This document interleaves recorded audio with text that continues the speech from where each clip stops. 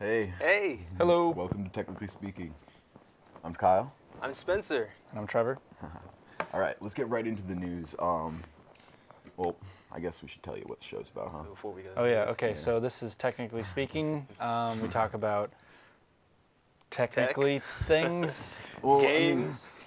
I'd say from anime to video games to cosplay to Comics. anything, Anything we really want to share that interests us that are technical.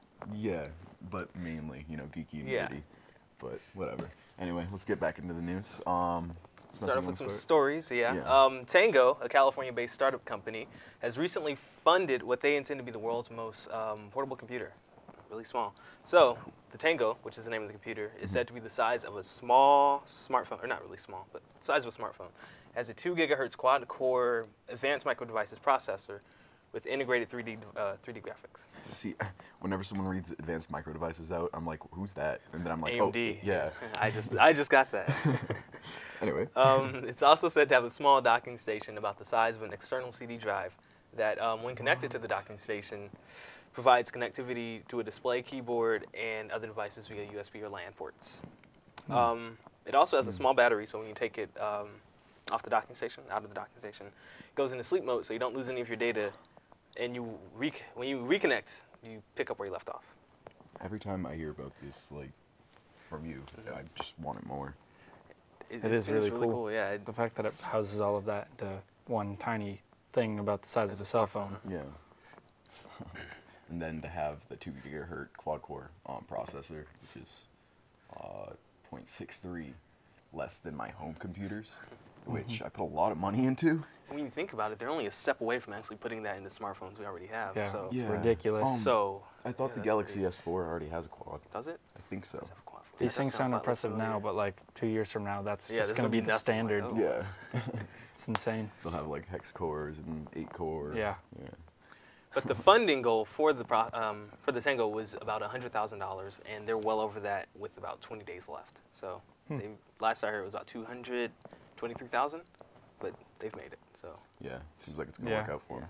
And Indiegogo's like Kickstarter, right? yeah, I think so. Now is that 30 days total, and they've got 20 days to go, and they're already at that goal? Because I know Yeah. that's how Kickstarter works. Yeah, It it's like works the same. that. Okay, the so same they're way it works. definitely going to reach Yeah, the goal. they've made it. Yeah, they're done. That's cool. 120,000 over or something. Yeah, about.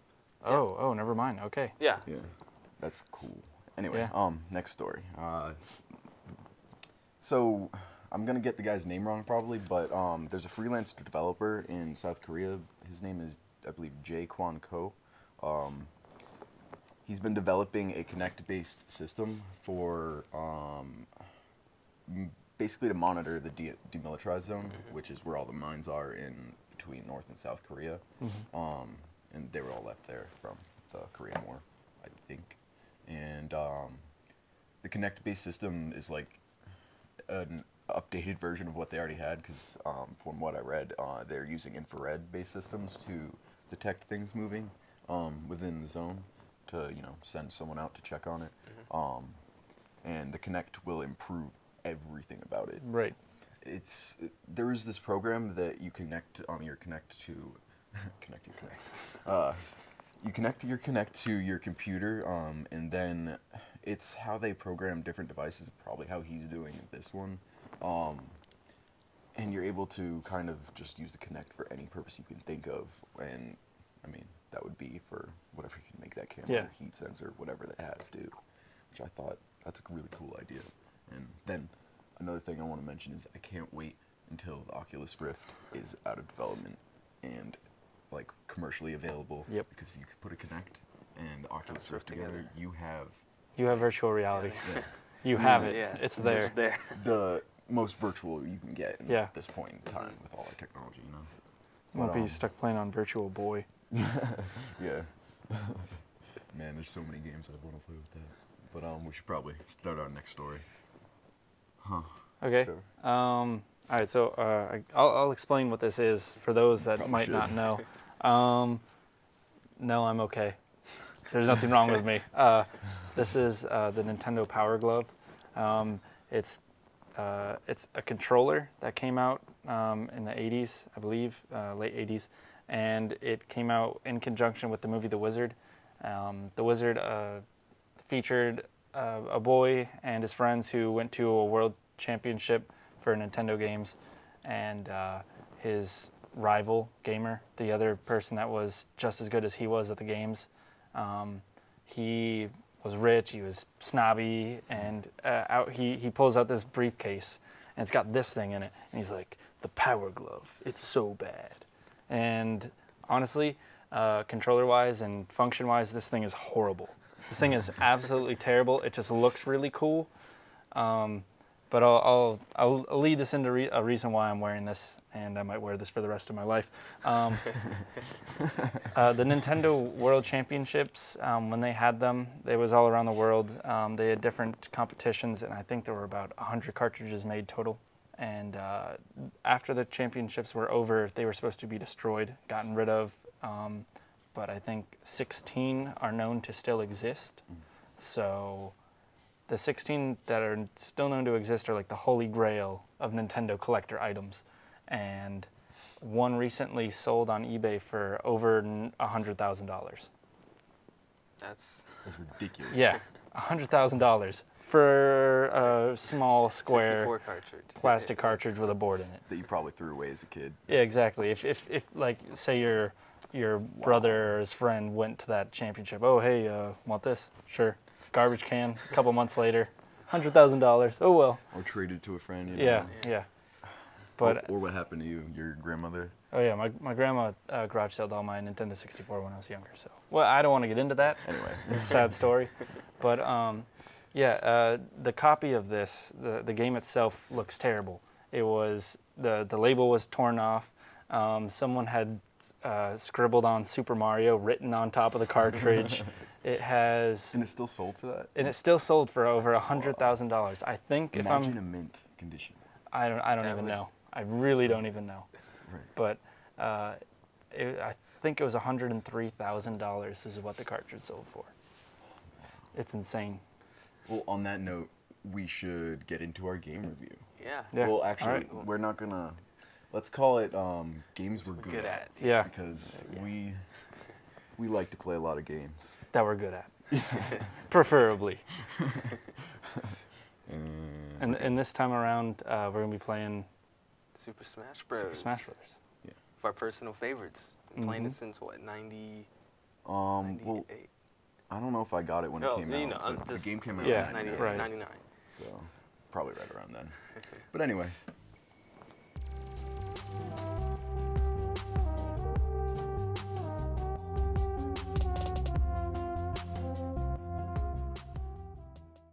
This is our game review. And we're playing Super Smash Bros. For the Nintendo 64. Classic game. Favorite game. Favorite game for the Nintendo 64, hands down. I don't know. It's probably my favorite game in general. It's definitely one of mine. I still like GoldenEye. Original settings, huh?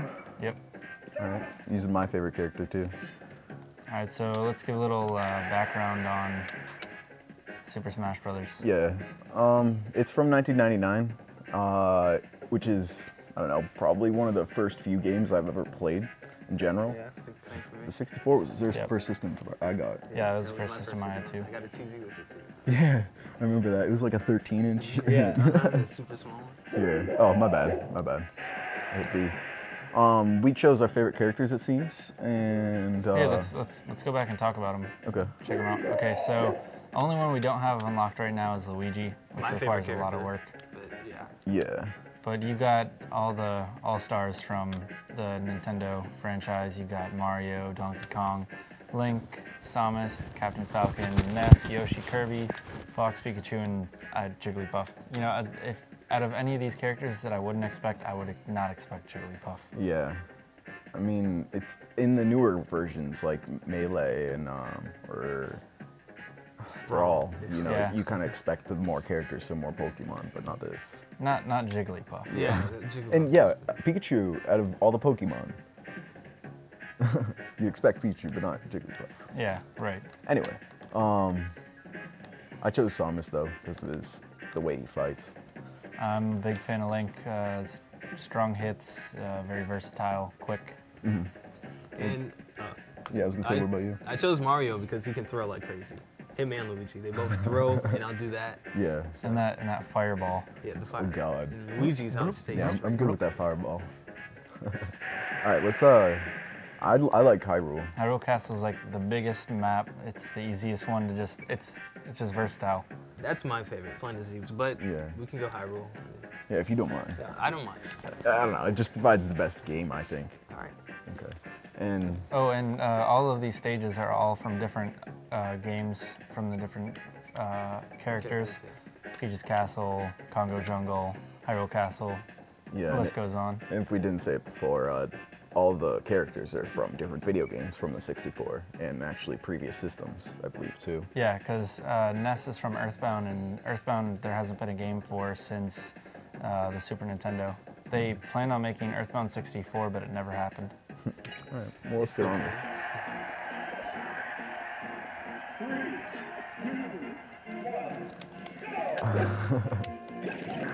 I just don't know how I'm gonna do, I guess, with talking and game. Yeah, it's not easy because you get that game face on and just get in game mode. Yeah, I know I do. And then when I try and talk in game, I make a lot of pauses. Yeah. Yeah, because Yeah, you get yeah. on something that you're like, oh, I just have to do this. Hold on.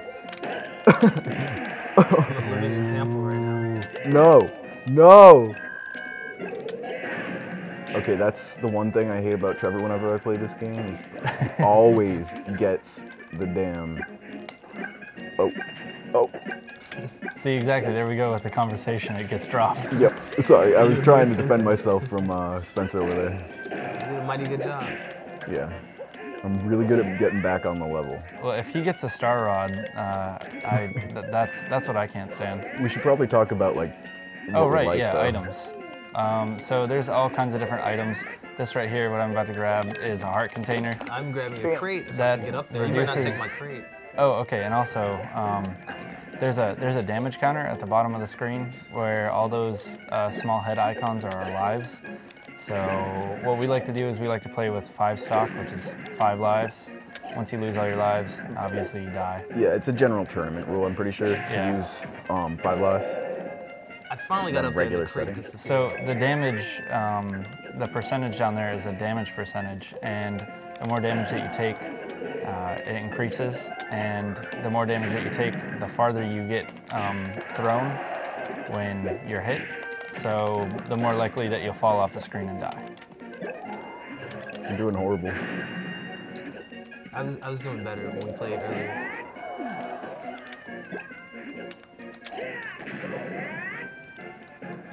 I love the mechanics of this game though. They're so simple, but I don't know. There's an extreme strategy to it. Well, I think the simpler the game, maybe the better strategy, because, I don't know, there's less complication to the game, so you can make a better strategy. I think why Super Smash Bros. Means so much to so many people for the Nintendo 64 is because even if you weren't familiar with the game at all, it's just a game that you can easily pick up and play. Yeah, that's very true. I think we all just got our own Pokemon out of that. I keep getting thrown out of the level. You're doing pretty well, Trevor. Thanks. I'm surprised. I'm Doing this well. Yeah, especially for trying to talk through all this too.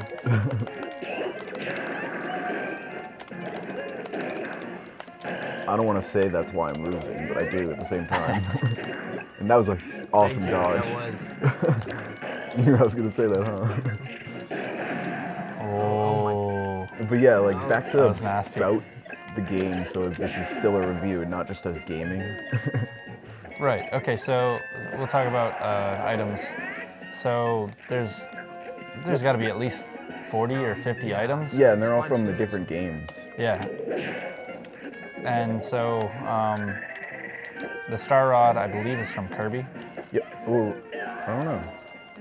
I can't think of anyone else it would be from. Right. Well, I was gonna show it off, but I got killed. So. Oh, I need to show it off. I have mad skills with the Star Rod. All right. Fell right into that one. Wow. was a nice I just lost 2 lives so quickly. Here we have a flower. If I'm not mistaken, if Stop getting hit. It's from Mario? Yep, that's a fire flower. Wow. Wow. Oh. I'm just Wow. killing myself.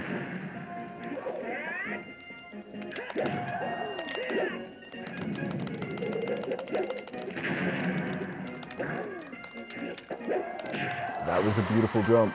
I don't know why. Yeah, There we go. felt like that was gonna happen. Yeah, I see what you're saying about Mario's throws. Yeah, his throws are They're good. Oh, we're back to keep me 2. alive.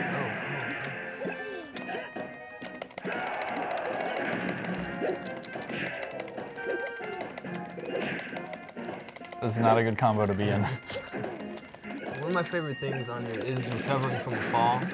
Yeah, I'd say that's one of the especially best if you go things on off the game. screen and you just come back. Come back, just float back. Yeah, It's a skill that you Oh, have to master. I Once you am- do, it's fun. And, I don't know. I'm really good at it. Something else that I think is really cool about this game, and they've continued this throughout all of the other Smash Brothers I games. jumped right into that. Speaking of which, they're coming out with another Smash Brothers for the Wii U sometime this year, I believe. Yeah, But I haven't read into that one. like you were saying about coming back from off the screen, if you have a ridiculous comeback, the crowd on the game will actually cheer for you. And that's just something that's so cool about this game is because you get rooted on. They cheer on here too, and it's great that they're continuing that in future games.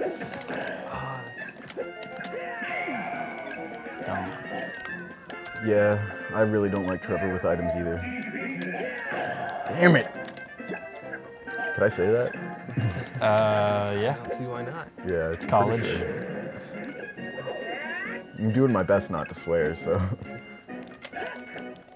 Why'd you throw I'm doing my that? best not to cry right now. I have to sit here and watch YouTube. Well, while we like go hardcore, you wanna, I guess, talk about the game a little more? Did you know you could throw the crates up? Yeah. What a fun fact for you right there. Finally, I get one. And What, a it's at heart? the most essential time, yeah. It really is. One of my favorite things about Samus, though, is that you can charge that shot, roll around with it. Yeah. It shows that they went and put a lot of detail on each character, having them have their own movesets. Oh yeah, and there's also taunts. If you Forgot all press about taunts. the L, oh wow, not a good time to show that off. Yeah, mine is an old Samus like pose.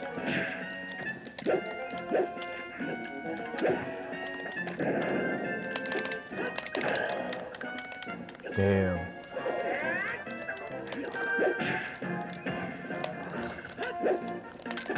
It's getting close. Getting out of there. No. Yeah. Oh, this makes me happy. I've not beaten you with the 64 version in a while. I knew that was coming. Oh. Oh! Wow, Oh! That was beautiful. You kind of took yourself out on that one. that was bad. That was really bad. I love that. Seems to happen to you a lot. Thanks. I'm just saying.